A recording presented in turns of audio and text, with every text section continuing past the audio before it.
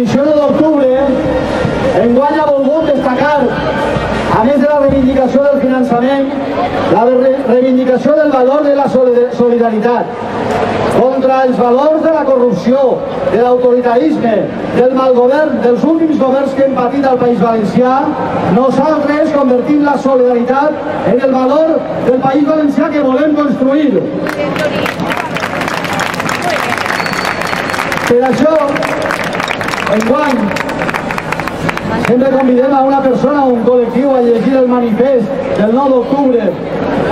I enguany li hem demanat a una persona, un refugiat de la guerra de Síria, Sami Siladeh, originari d'Alep.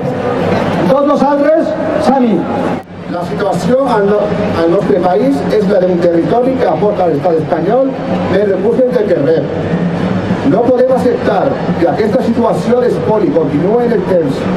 El País Valencià ja s'ha provit i degradat prou. Cal un canvi de l'actualitat sistema pel qual els valencians i valencianes aporten recursos a l'estat malgrat tindre una renda inferior a la mitjana. Per això cal generar un consens en la societat valenciana per poder exigir a Madrid un canvi en el finançament i en el cas de les nostres demandes no siguin escoltades. Bastir alternatives que no depenguen de la decisió del govern central i que vagin encaminades a la construcció d'una sobirania fiscal i un finançament propi. Una altra de les mancances és la dels mitjans de comunicació. L'audiovisuals és fonamental i també aquesta situació que patim no és pròpia d'una societat democràtica.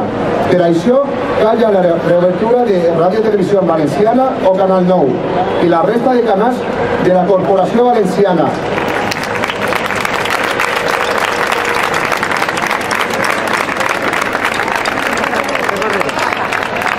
Sigue realment un instrument d'informació plural i objectiva al servei dels valencians i valencianes. I així mateix cal que tornem les emissions de TV3 i IB3, conformant així un marc audiovisual propi i comú, de normalitat amb els territoris els que compartim llengua i cultura. Com a país, som també sensibles al món en el que vivim.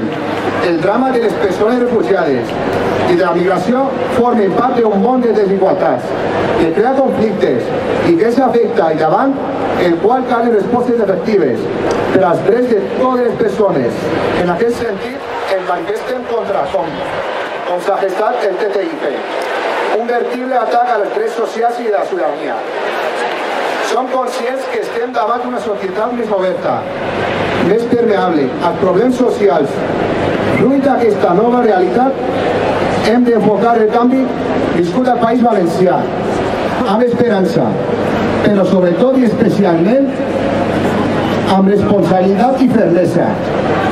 Una responsabilitat i una fermesa que implica no perdre l'oportunitat de convertir el País Valencià en un territori lliure de corrupció, d'autoritarisme i de polítiques antisocials i d'agressions al medi ambient, la llengua i la cultura. Avui, com ahir, com demà, continuem reivindicant la dignitat d'un país, València, lliure i plural. Moltes gràcies.